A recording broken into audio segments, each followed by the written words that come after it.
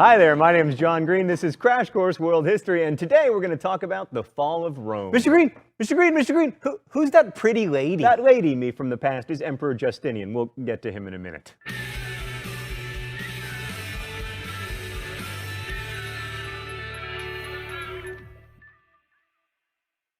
How and when Rome fell remains the subject of considerable historical debate, but today I'm going to argue that Rome didn't really fall until the middle of the 15th century. But first, let me introduce you to the traditional view, barbarians at the gates. My, don't you look traditional. If you want to be really technical about it, the city of Rome was conquered by barbarians in 476 CE. There was a last Roman emperor, Romulus Augustus, who ruled the empire for less than a year before being deposed and sent into exile by Odoacer, who was some kind of barbarian, we don't know for sure. Ostrogoth, Hun, Visigoth, Vandals, they all looked the same to the Romans. Rome had been sacked by barbarians before, most notably by Alaric the Visigoth in 410. Is it Alaric or Alaric? The dictionary says Alaric, but the vampire diaries say Alaric, so I'm gonna go with Alaric. But anyway, after 476 CE, there was never again a Roman emperor in Rome. Then there's the hipper anti-imperialistic argument. That's nice, but if you really want to go full hipster, you should probably deny that you're being hipster. Right, exactly. Which goes like this. Rome was doomed to fall as soon as it spread outside of Italy because the further the territory is from the capital, the harder it is to govern. There are two ways to overcome this governance problem. First, you can rule with the proverbial topaz fist. That's not the proverb?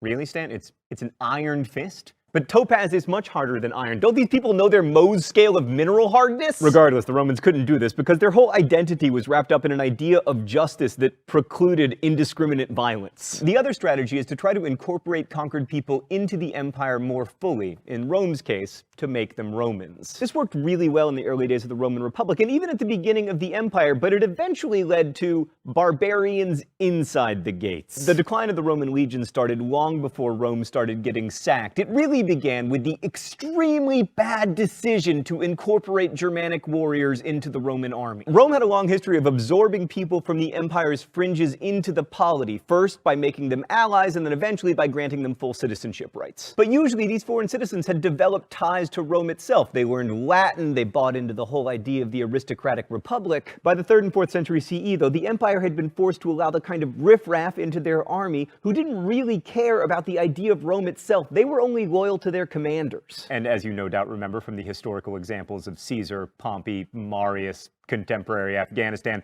this is not a recipe for domestic bliss. So here was Rome stuck with a bunch of expensive and bloody wars against Germanic peoples who were really good at fighting, and then they had a great idea.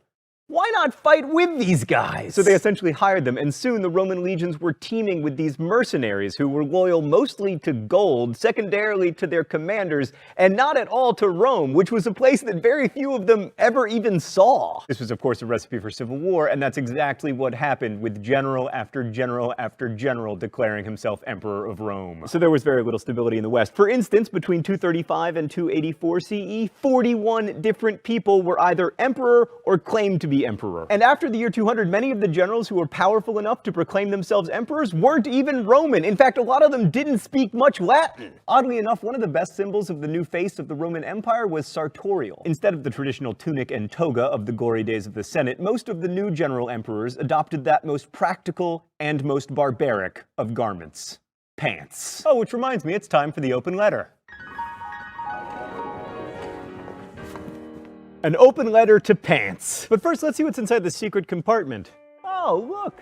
It's Rosie the Riveter! And she's wearing pants! Dear Pants, in your early days you were worn by both men and women. And in the days of the Roman Republic, they hated you. They thought you were barbarous. They thought that people wearing you was the definition of people lacking civilization. Best wishes, John Green. And now a note from our sponsor. Today's episode of Crash Course is brought to you by the all-new Oldsmobile Byzantium, mixing power and luxury in a way that's never... Really? Oldsmobile isn't a company anymore? And Byzantium is a place? Are you sure? So remember when I said the Roman Empire survived till the 15th century? Well, that was the Eastern Roman Empire, commonly known as the Byzantine Empire, although not by the people who lived in it, who identified themselves as Romans. So while the Western Roman Empire descended into chaos, the eastern half of the empire had its capital in Byzantium, a city on the Bosphorus Strait that Constantine would later rename Constantinople thereby paving the way for They Might Be Giants' only mainstream hit. Constantine moved his headquarters, and thereby the headquarters of the Roman Empire, to Constantinople in 324 CE. Constantine had lots of reasons to move his capital east. For one thing, he was born in modern-day Croatia. Also, he probably spoke better Greek than Latin. And plus, the eastern provinces were a lot richer than the western provinces, and from a looting perspective, you just want to be closer to where the good warring is. The enemies in the east, like the Persian Parthians and the Persian Sasanians, were real empires, not just bands of warriors. And no matter who you were in world history, if you wanted to make a name for yourself in terms of war, you really needed to be up against the Persians, even if you were the Mongols. Not this time, friends.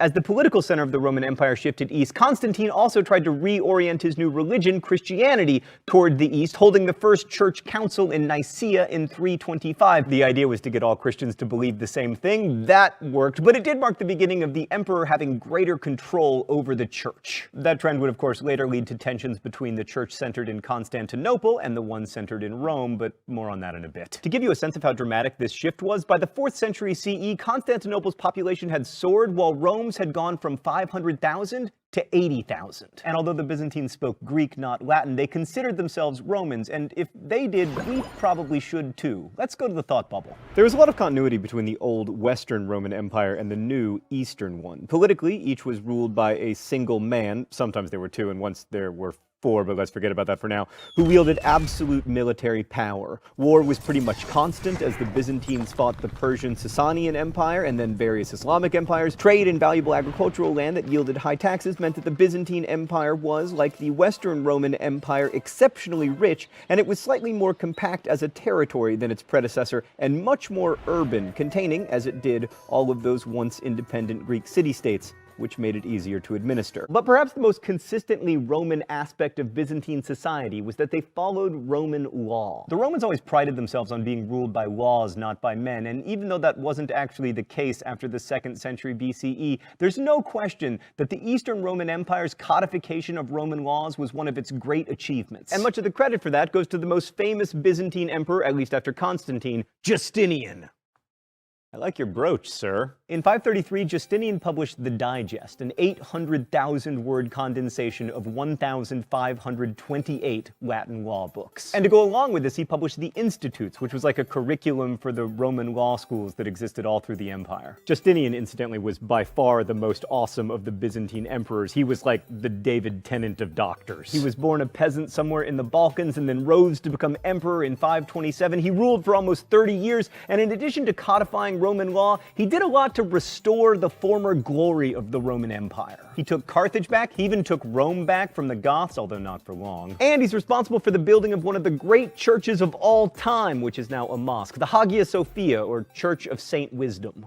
So after sporting riots destroyed the previous church, he built this, which with its soaring domes became a symbol for the wealth and opulence of his empire. The Romans were remarkable builders and engineers, and the Hagia Sophia is no exception. A dome its equal wouldn't be built for another 500 years. But you'd never mistake it for a Roman temple. It doesn't have the austerity or the emphasis on engineering that you see in, for instance, the Colosseum. And this building in many ways functions as a symbol for the ways in which the Eastern Roman Empire was both Roman and not. But maybe the most interesting thing that Justinian ever did was to be married to his controversial theater person of a wife, Theodora. Hey, Danica, can we get Theodora up here? Wow, that is perfect. It's funny how married couples always look like each other. So in short, the Byzantines continued the Roman legacy of empire and war and law for almost 1,000 years after Romulus Augustus was driven out of Rome. The Byzantines may not have spoken Latin, and few of their emperors came from Rome, but in most important ways, they were Romans. Except one really important way. The Byzantines followed a different form of Christianity, the branch we now call Eastern or sometimes Greek Orthodox. How there came to be a split between the Catholic and Orthodox traditions is complicated. You might even call it Byzantine. What matters for us are the differences between the churches, the main doctrinal one being about the dating of Easter, and the main political one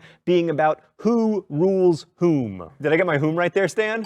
Yes! In the West, there was a pope, and in the East, there was a patriarch. The pope is the head of the Roman Catholic Church. He sort of serves as God's regent on earth, and he doesn't answer to any secular ruler. And ever since the fall of Rome, there has been a lot of tension in Western Europe between popes and kings over who should have the real power. But in the Orthodox Church, they didn't have that problem because the patriarch was always appointed by the emperor. So it was pretty clear who had control over the church, so much that they even had a word for it: Caesaropapism, Caesar over Pope. But the fact that in Rome there was no emperor after 476 meant there was no one to challenge the Pope, which would profoundly shape European history over the next, 1,200 years. So I would argue that in some important ways, the Roman Empire survived for 1,000 years after it left Rome, but in some ways, it still survives today. It survives in our imagination when we think of this as East and this as West. It survives in football rivalries that have their roots in religious conflicts, and it survives in the Justinian Law Code, which continues to be the basis for much of civil law in Europe.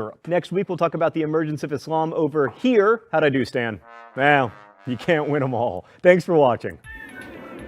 Crash Course is produced and directed by Stan Muller. Our script supervisor is Danica Johnson. The show is written by my high school history teacher, Raoul Meyer, and myself, and our graphics team is Thought Bubble. Last week's phrase of the week was Aristotelian logic. You can guess this week's phrase of the week or suggest new ones in comments, where you can also ask questions that our team of historians will endeavor to answer. Thanks for watching, and as we say in my hometown, don't forget to be awesome.